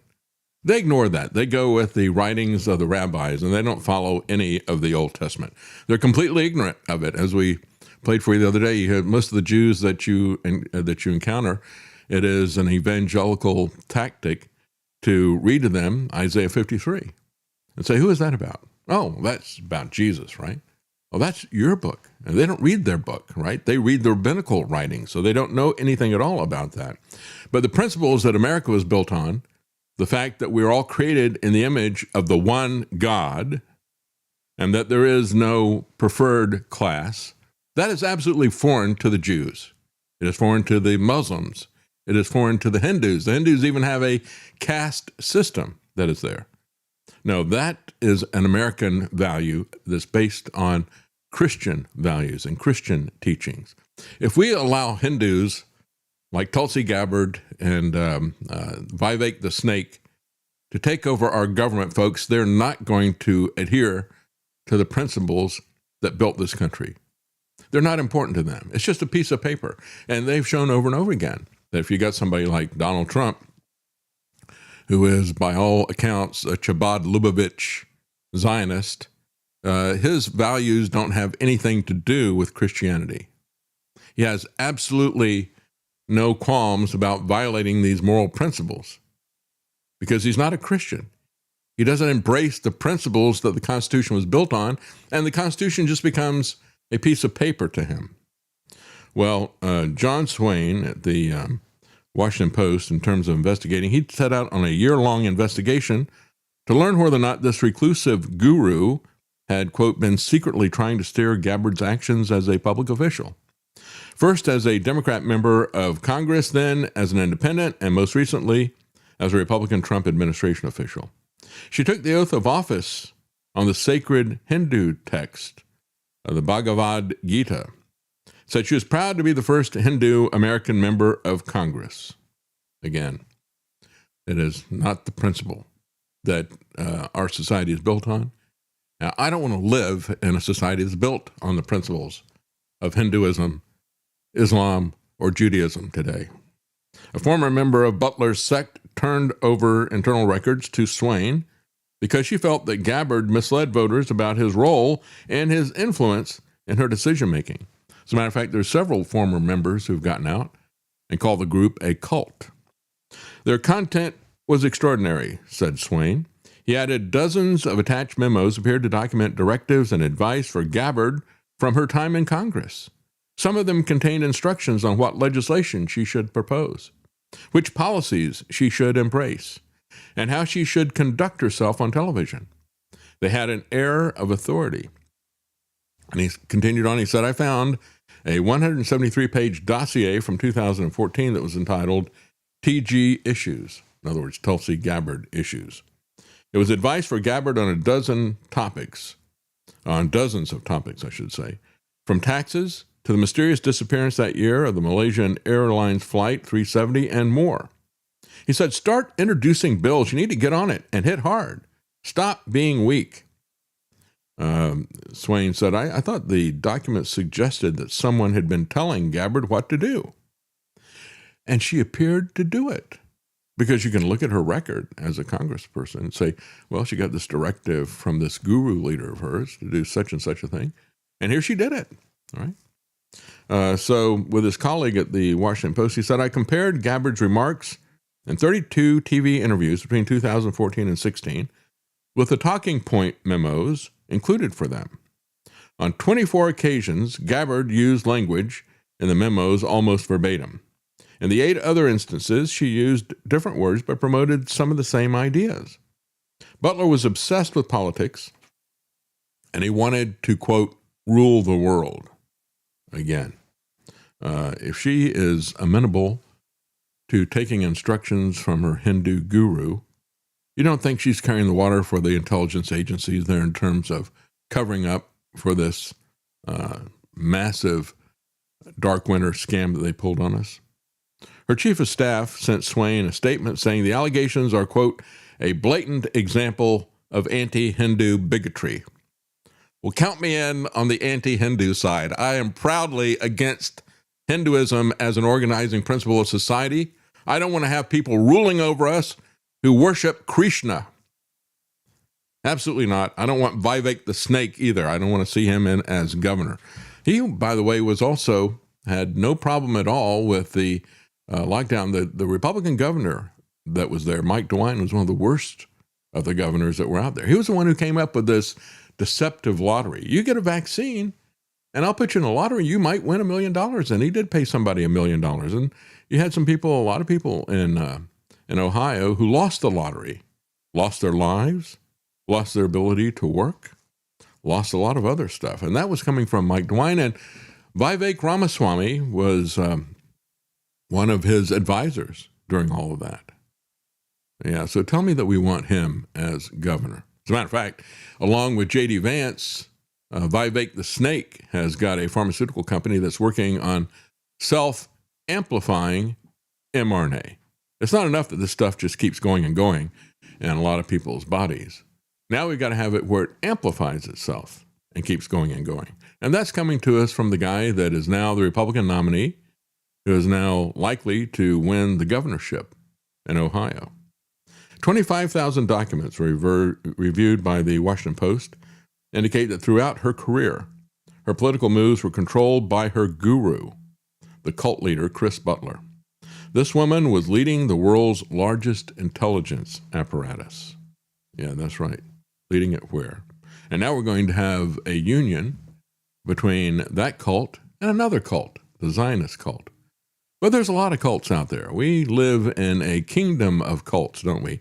Peter Thiel has a secret spy cult, right? And, of course, one of the people that's there is Ted Cruz, who is a part of this Zionist cult that is out there. We have an article here from Brownstone. Wendy McElroy says, do Democrats know what a man is? They can't answer the question, what is a woman? That's the one that made Marcia Law, who was pushing the technocracy. That made her famous. I guess the question that we need to ask Marsha Blackburn is, what is privacy? What are parents for? Can you explain this to us? Because you got to take away our privacy. You got to create an ID for everybody to use the internet in the name of protecting kids. So you don't understand what parents are for any more than Hillary Clinton does. As a matter of fact, ask Marsha Blackburn, Marsha, what is a right as opposed to a government-granted privilege? And what about freedom and dignity? Are those to be taken away from us in some kind of a B.F. Skinner type of dystopia that you want to enact here?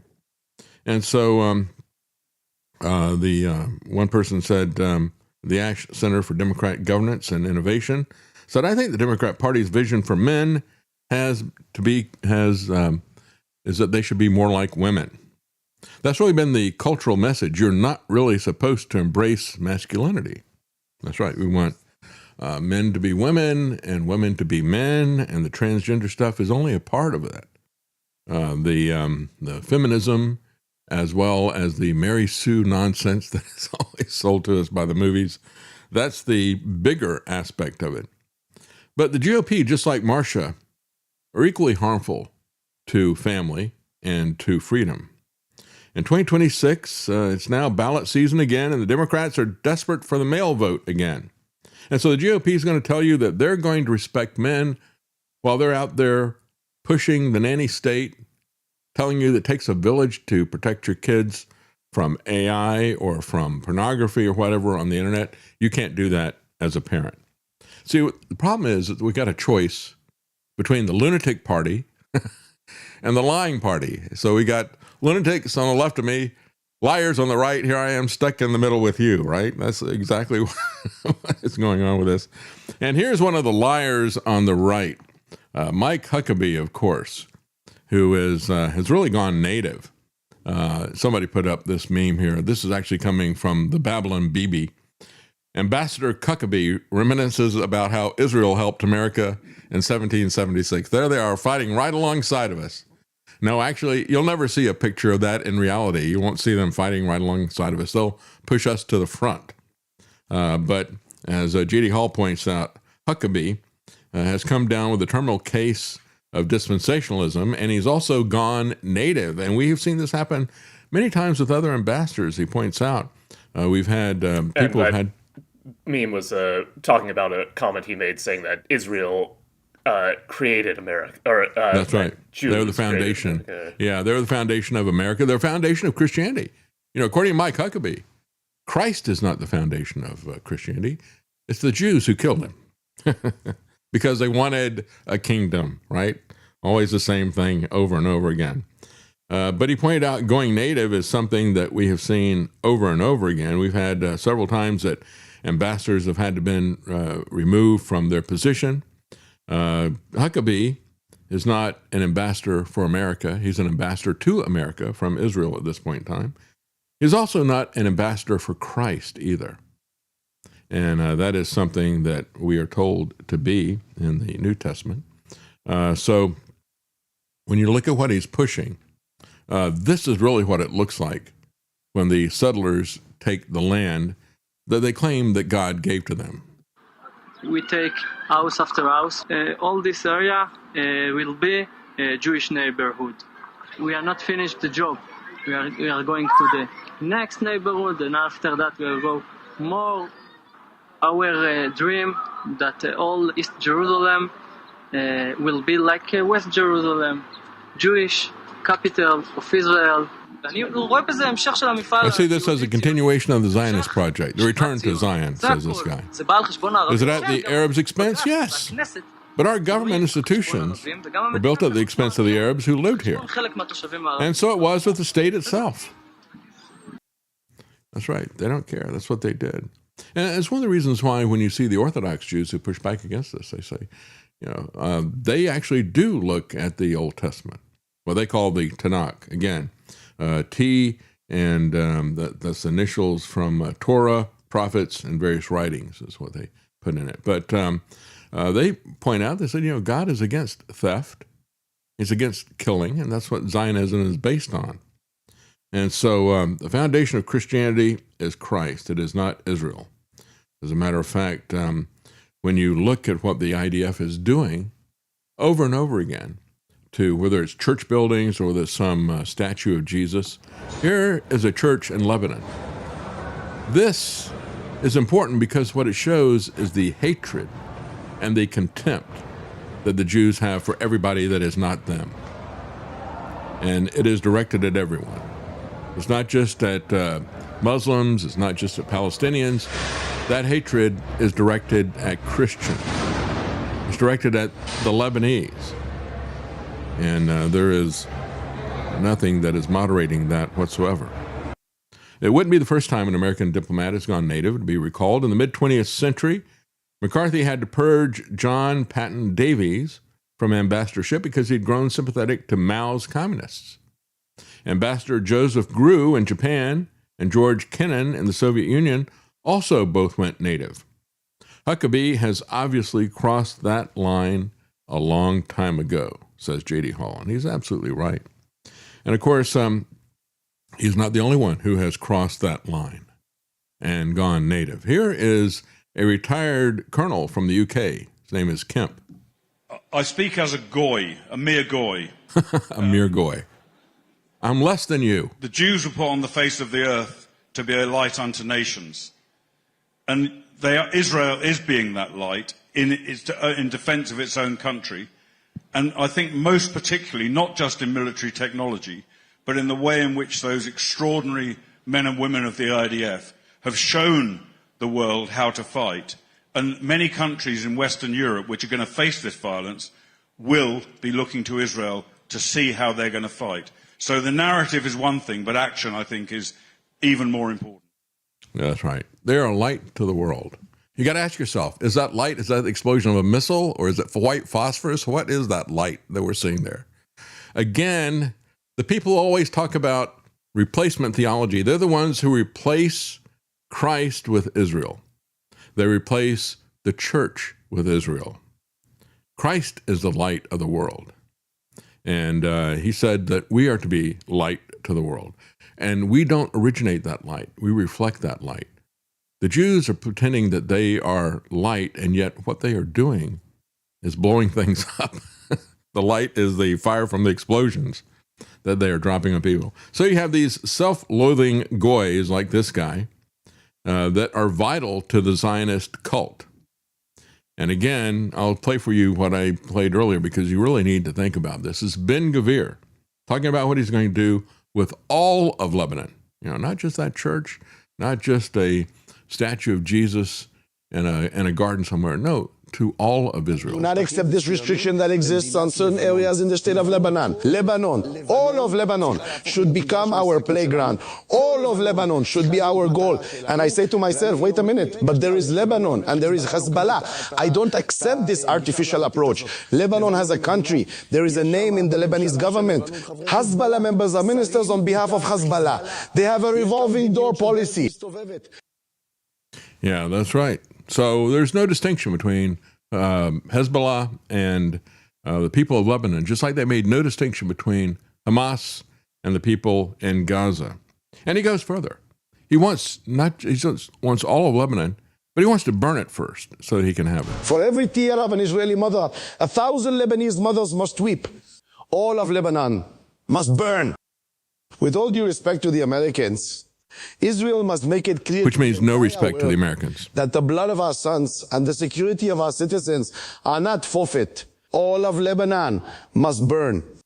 Our supreme duty is to protect the citizens of Israel and the soldiers of the IDF, and this commitment takes precedence over every other consideration. I told the Prime Minister, even in our private meetings, for every tear of an Israeli mother, 1,000 Lebanese mothers must weep.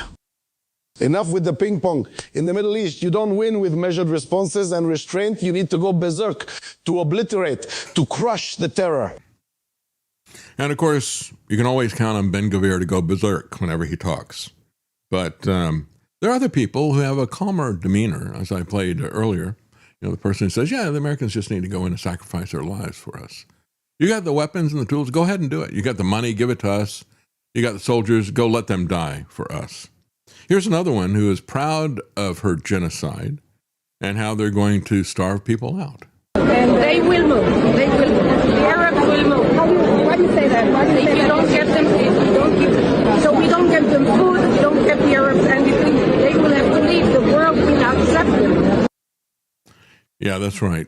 And when you talk about berserkers, it's not just Ben-Gvir. We've had others who go equally berserk. This is a member of the Knesset. This government doesn't stutter about you. You can keep dreaming that we will end the war without victory. We are not ashamed to say that we want to see the soldiers of the IDF, the holy heroes of ours, catching Sinwar and his terrorists by their ears and dragging them all across the Gaza Strip on their way to the dungeons of the prison authority. But Ben-Gvir's prison authority, not of Bar-Lev or Mikhaili, or in the best case scenario to a coffin. I am personally proud of the ruins of Gaza, and that every baby, even 80 years from now, will tell their grandchildren what the Jews did. Not a dove and not an olive branch, only a sword to cut off Sinwar's head. That's what he will receive from us. Yeah.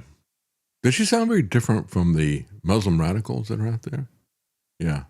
Death to America, right? Yeah, they're both crazy, aren't they? And of course, you got Netanyahu, who is the brother from another mother of Donald Trump. Both of them have dreams of Genghis Khan. It's not enough to be moral. It's not enough to be just. It's not enough to be right. We got to kill him first. History proves that, unfortunately and unhappily, Jesus Christ has no advantage over Genghis Khan. Because if you are strong enough, ruthless enough, powerful enough, evil will overcome good. Aggression will overcome moderation. I don't believe that. You so shouldn't you have believe it no either. choice. Satan, if you look at Yahoo. the world as it is today, you have to be blind not to see that the democracies led by the United States have to reassert their will to defend themselves. You have to be blind to not see this guy is led by Satan. Yes, Lance? Certainly what he wants to believe, that evil has no advantage, as good has no advantage over evil. That's right, yeah. Because otherwise, how would he win? If the good guys are going to win, he's a loser, and he is a loser. Meanwhile, you've got people like Jared Kushner talking about evil guys having their way. There was a massive pushback. Many people have said that there were up to 1 million people. Look at this. This is Albania. They said there's up to 1 million people pushing back against what Jared Kushner is trying to do. He's trying to create another private Epstein Island, he and Ivanka. They've only got 2 or 3 million people in Albania. They've got a half or a third of the people of the entire population showed up to push back against what Jared Kushner is going to do. This is what it's going to take, folks. I think that'll be enough. I think they're going to win this fight in Albania against the Kushner clan and these corrupt people. But of course, J.D. Vance thinks Kushner's great. And it's actually Kushner who came up with this wonderful plan. You better believe it's Kushner's fingerprints on all this stuff. Jared Kushner actually came up with a very interesting solution with the Qataris, where basically, again, if there is any frozen Iranian assets that are unfrozen, then we have approval over that process. The Qataris have approval over that process. And then the money would actually go to buy American soy, American corn, and American wheat for the benefit of the Iranian people. And as much as I see some of the press misreporting on this, and of course, buttressed by what the Iranians You're lying are about saying, this. Not all Iranians. You're lying about this, JD. There are a lot of Iranians who are telling You the have truth about what absolutely no happened credibility yesterday. left. Some social media reporting that gets this wrong. But fundamentally, what Jared and the Qataris and the entire team here in Bergenstock accomplished is, to me, a classic Trump deal, where if Iranian assets are ever unfrozen, they're going to go to make American farmers richer and to feed the Iranian people. That's a very, very good and very classic Trump deal. That's great for our people, great for the people of Iran, and fundamentally, again, will contribute to this regional security architecture that we've built and that we're going to work very hard to ensure that it endures. It's a Trump deal that exists only in his imagination. And again, I began the program by talking about that very thing. The fact that this is Trump's latest effort to ditch the peace deal. And where did that effort come from? It came from that little devil, his brother, his son-in-law, Jared Kushner. And J.D. Vance is selling the same lie that Trump sold. Here's the issue, J.D. You think we're too stupid to read the MOU ourselves, too lazy, and we're going to go with whatever you have to say? The problem is that the MOU is out in the open.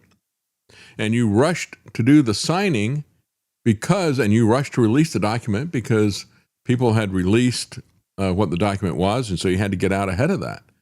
We've all seen what's in it. I reported what was in it before. There's absolutely nothing about it. As a matter of fact, what it says is that you will turn this over to them without any restrictions. There's nothing in there about an escrow account.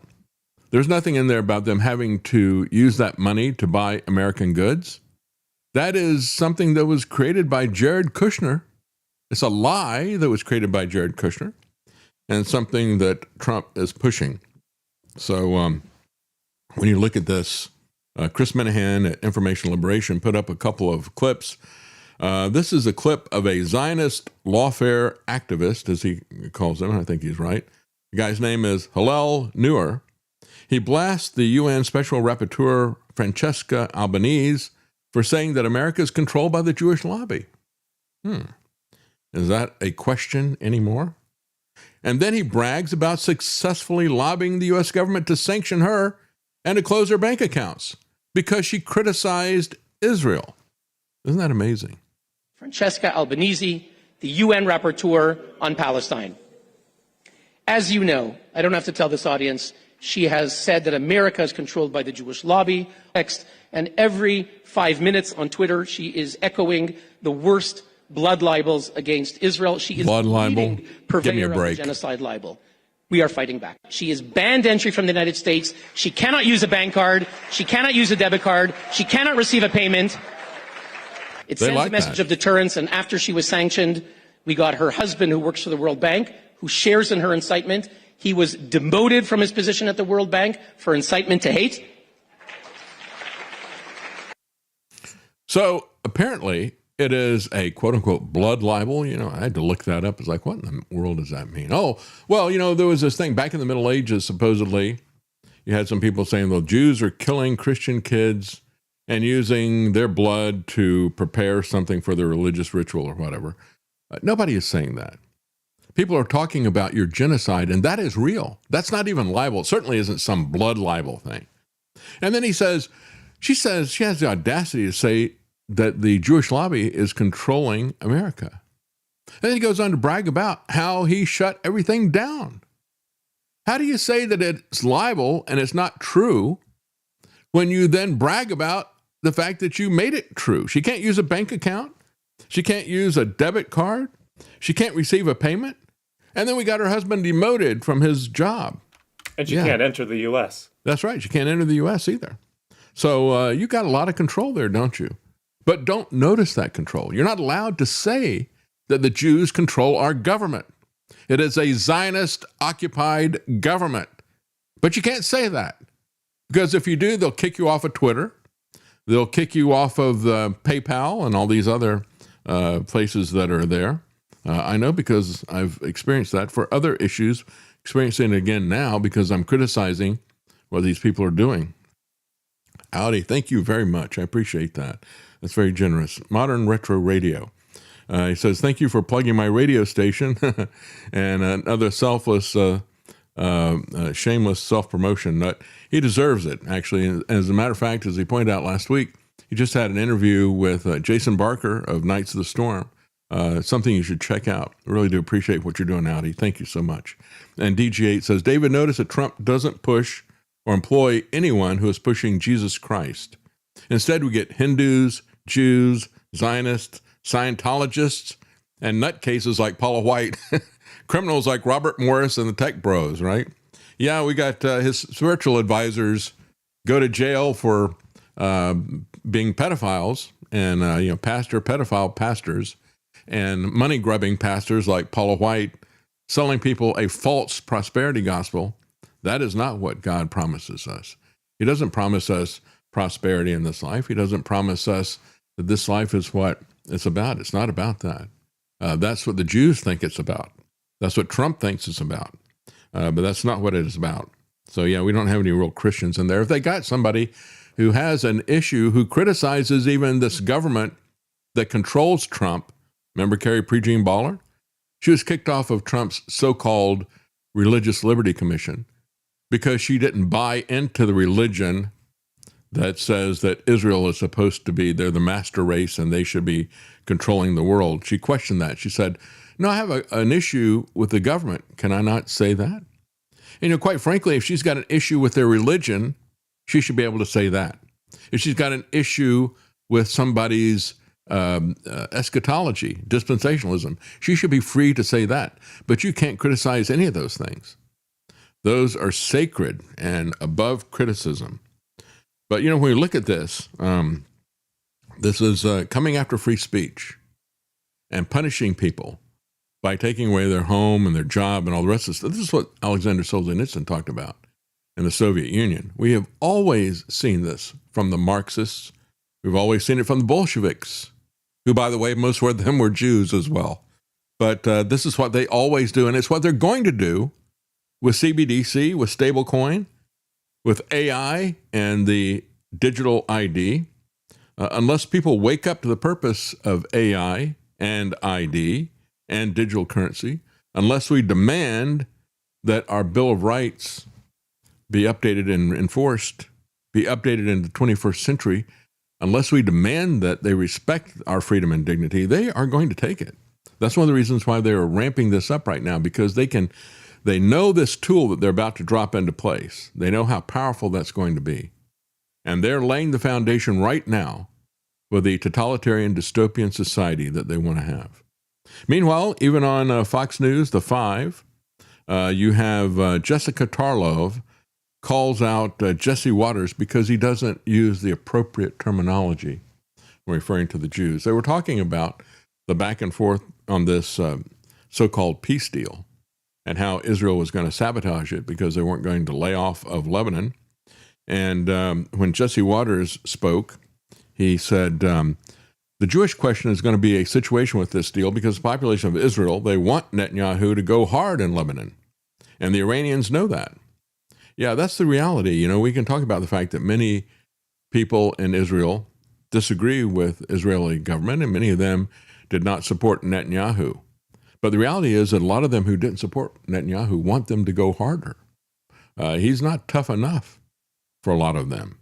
And so Tarlov, who is the show's token Democrat political commentator, who is also a Jew, said, I don't know about, what kind of coat rack Jesse just pulled out of his bag. I don't know what that means, what kind of a coat rack he pulled out of his bag. But you're not supposed to say Jews instead of Israel. They're separate things. Just say Israel. And he said, so are you trying to speech police me? And she says, I'm just giving you some Jew advice. That's what she said. And so then Greg Gutfeld jokes and says, okay, well, now do Plattner. Plattner is the guy who's a Democrat running in Maine who's got a Nazi tattoo. So again, Ben-Gvir says, no, we want to get all of them. And we need to burn Lebanon.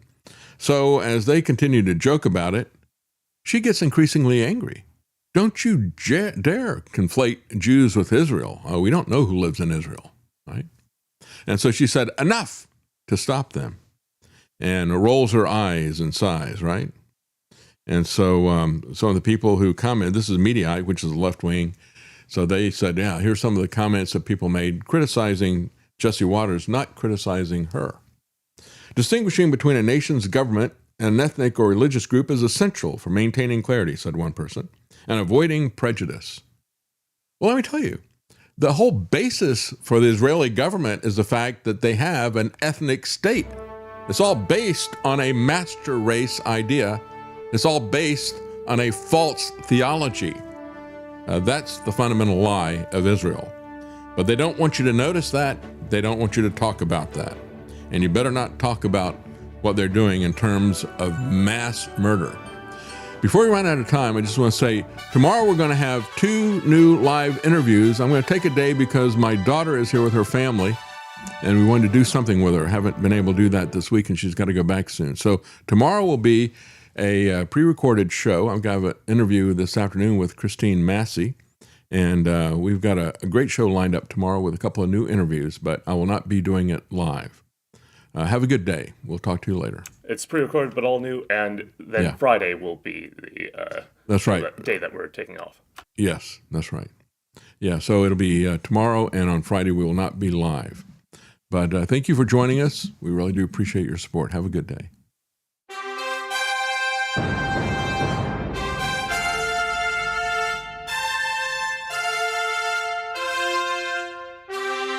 The Common Man.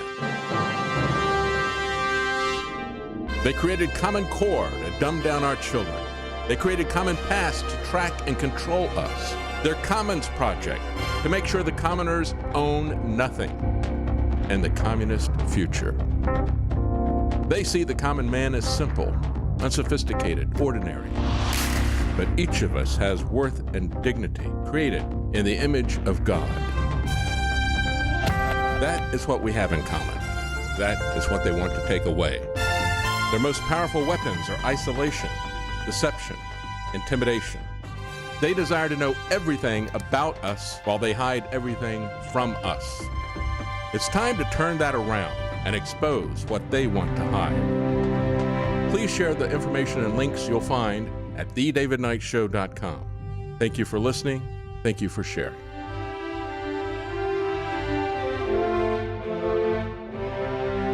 If you can't support us financially, please keep us in your prayers. thedavidknightshow.com.